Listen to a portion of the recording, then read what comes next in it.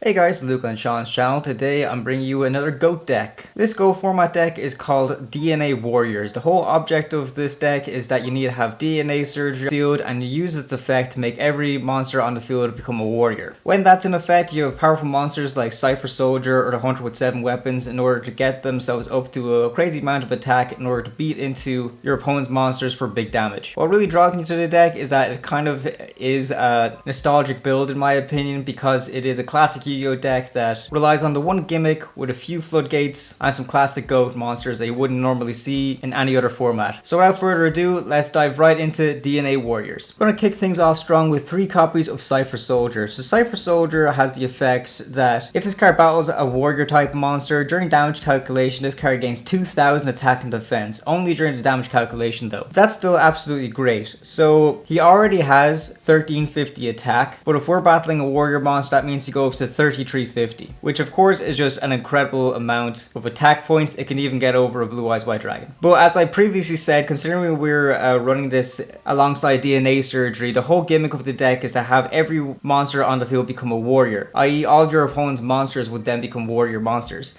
Therefore, you can normal summon Cipher Soldier, attack into that monster who would now be a warrior on the field, and then Cipher Soldier will go up to 3350 in order to easily take it down. Cipher Soldier is definitely the MVP of the deck. I can't stress enough how important it is to have him. Unfortunately, he didn't show up during the live duel Shaun and I did, for reasons I'm too embarrassed to actually get into. But the reason why he's so great is not only because of that, but also because it's level 3, it's able to easily get around Gravity Bind. Gravity Bind is another great floodgate that we have in this deck that basically stops level 4 or higher monsters from attacking, and Cipher Soldier is able to get up a really big attack while still having a low level to go in on your opponent's monsters. So I think it's definitely very important to run 3 copies of Cipher Soldier in this build. Definitely the MVP. The deck doesn't function well without it. Next up, you run 3 copies of the Hunter with 7 weapons. The Hunter with 7 weapons isn't as good as Cipher Soldier, but he still serves a very good purpose in this build, because when this card is normal summoned, you can declare one type of monster.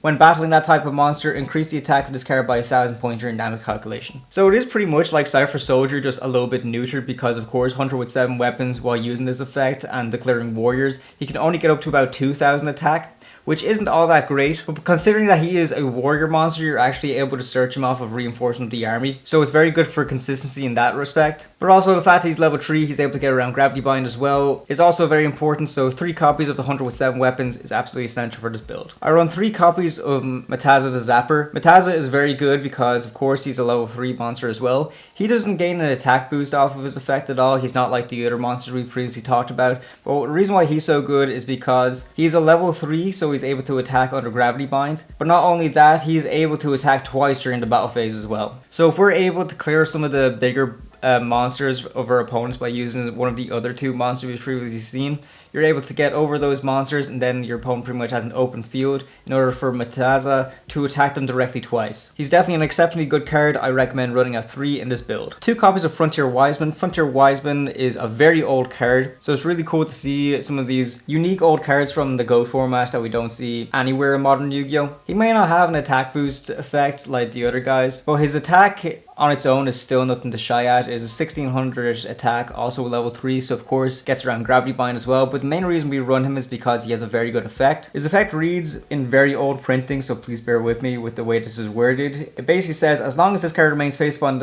on your side of the field, it negates the effects of magic cards that designate warrior type monsters on your side of the field as targets and destroys that magic card. Basically, in a nutshell, Frontier Wiseman is just really good to have on the field because he is able to protect our warrior monsters from being destroyed by spell cards. Essentially a Lord of D for warrior monsters. So Frontier Wiseman is definitely really good at stopping your opponent from using some classic staples in order to get rid of our warrior monsters. So Frontier Wiseman, of course, is just really good. Bit of protection. I definitely recommend running 2 copies in this deck. 2 copies of a Cataville Omen. Cataville Omen is very good just for searching out our trap cards.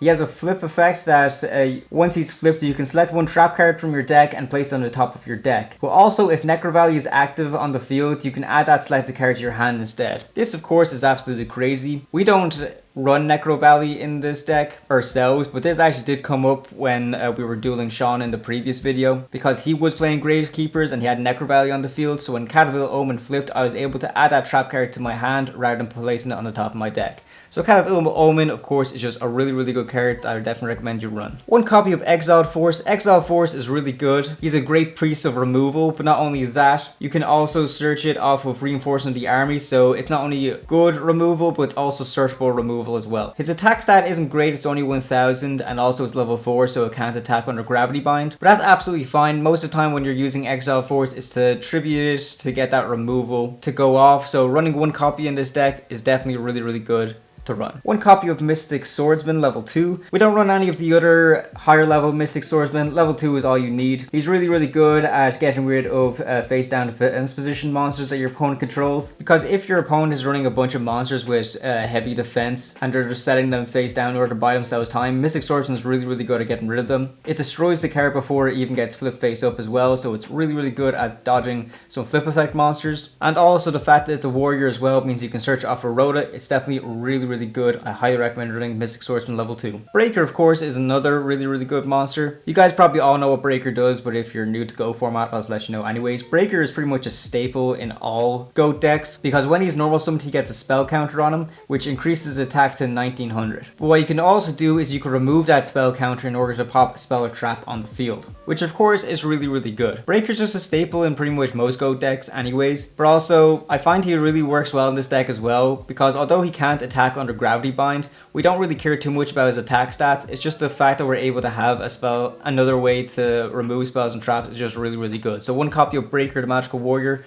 definitely essential for this build. Rounding off the monsters, we have one copy of Sangan. When Sangan is sent from the field to the graveyard, you can add one monster with an attack of 1500 or less from your deck to your hand, which of course is most for MVPs. Cipher Soldier, the Hunter with 7 weapons, Mataza, and even Exiled Force can be searched off of Sangan. So definitely essential to run at one copy in this deck. Moving on to the spells now, this almost seems like a sin to say, but we can run 2 copies of Reinforcement of the Army. This is Goat format. Rhoda isn't as powerful as it is in modern Yu-Gi-Oh! So it's still powerful, don't get me wrong. That's why it's semi-limited, but it's not once per turn. Just search one level 4 lower warrior monster from your deck to your hand. Absolutely crazy. Highly recommend running it at 2 copies in this build. Another semi-limited card that I'm not overly enthused by. I do think it's a bit too floodgatey to a point of annoyance that I don't really like about this deck, but still it serves a purpose fairly well. Level Limit Area B is a continuous spell that reads that all face-up level 4 or higher monsters on the field are changed to defense position and remain in defense position as long as this card is active. Which of course, if you're playing this alongside Gravity Bind, can pretty much shut down every deck that has level 4 monsters as their main beaters and combo starters. Not only is it good for that aspect, but also the fact that most of our monsters that we use as our big beaters are level 3 or lower. Level Limit Area B doesn't affect us too much at all, so definitely running out 2 copies in this deck is very mean for your opponent, but still it gets the job done. What's Yu-Gi-Oh! Without a bit of floodgates? Going into staples now, 2 copies of Nobleman of Crossout. Nobleman of Crossout is of course a very important card for Go format. Go format is a very simplistic style of Yu-Gi-Oh! A lot of times you're just T-setting and passing and things like that. So setting monsters is of course something almost every deck does. We have it ourselves with Cataville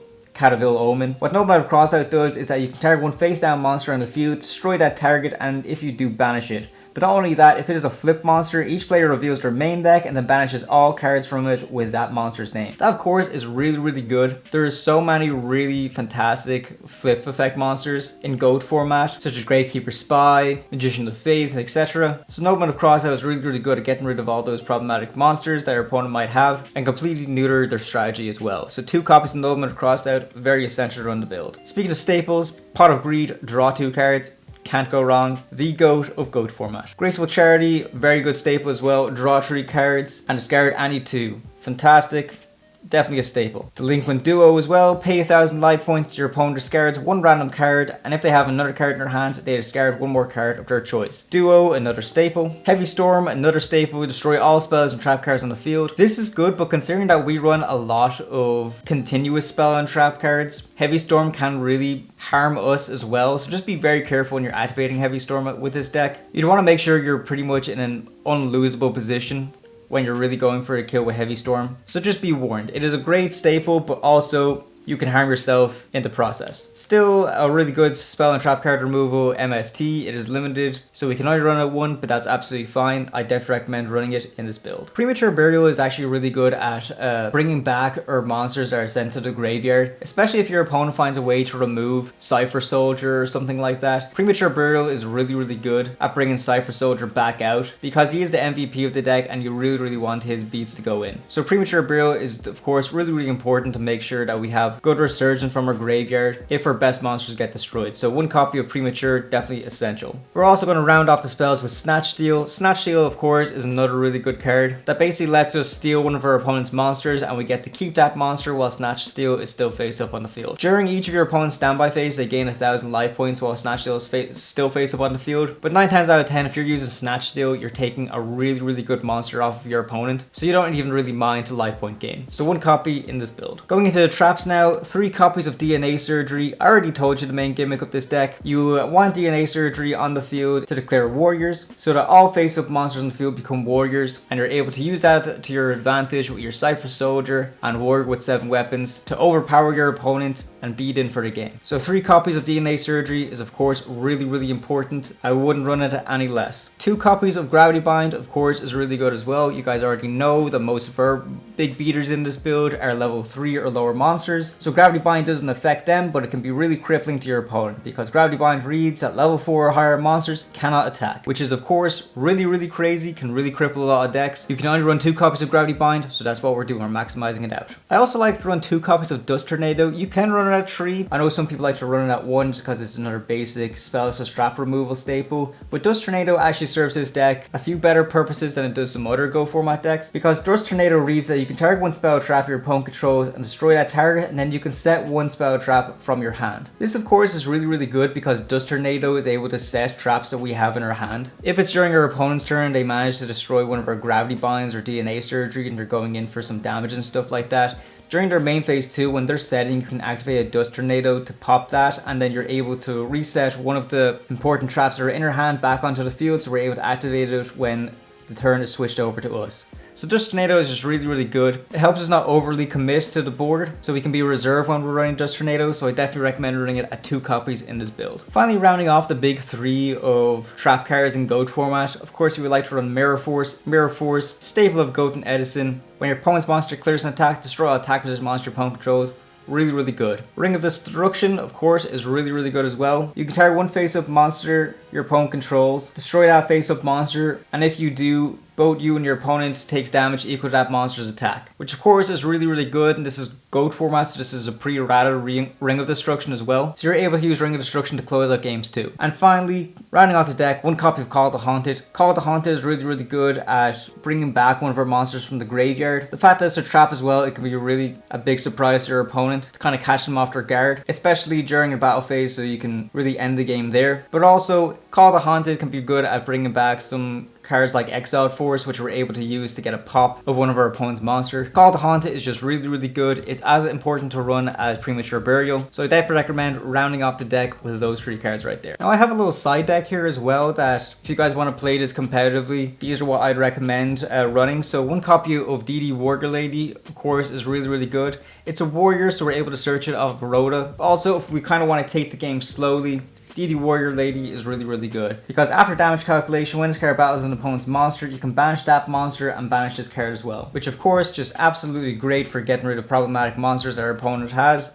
So 1 copy of DD Warrior Lady, I definitely recommend running in the side. 2 copies of Mask of Darkness. So if we're going game 2 or whatever, our opponent's definitely going to be siding in a bunch of spells to trap card removal. So we want to be ready for that by recycling that spells to trap card removal. So 2 copies of Mask of Darkness, of course, really good. It's a flip monster that has a flip effect that you can target 1 trap in your graveyard and add that target to the hand, which is of course really good at getting those semi-limited traps such as Gravity Bind back into our hand, so we're able to use them to really do damage to our opponent later. So 2 copies of Mask of Darkness, a really good side deck option. 3 copies of Book of Moon. Book of Moon is just really good interruption for our opponent. Target 1 face-up monster on the field, changes to face down defense position. This of course can be really good if they already got their flip effects and we're able to flip them back down to use in synergy with Nobleman of Crossout. But also it could just be battle disruption as well, so 3 copies of Book of Moon I find to be really good in the deck. 3 copies of Solemn Judgment. Solemn Judgment is of course a really big noob card. When a monster will be summoned or a spell or trap card is activated, you can play half your life points to negate the summoner activation, and if you do, destroy the card. Solemn Judgment is just really good at controlling the game state, especially if you don't want any of your opponent's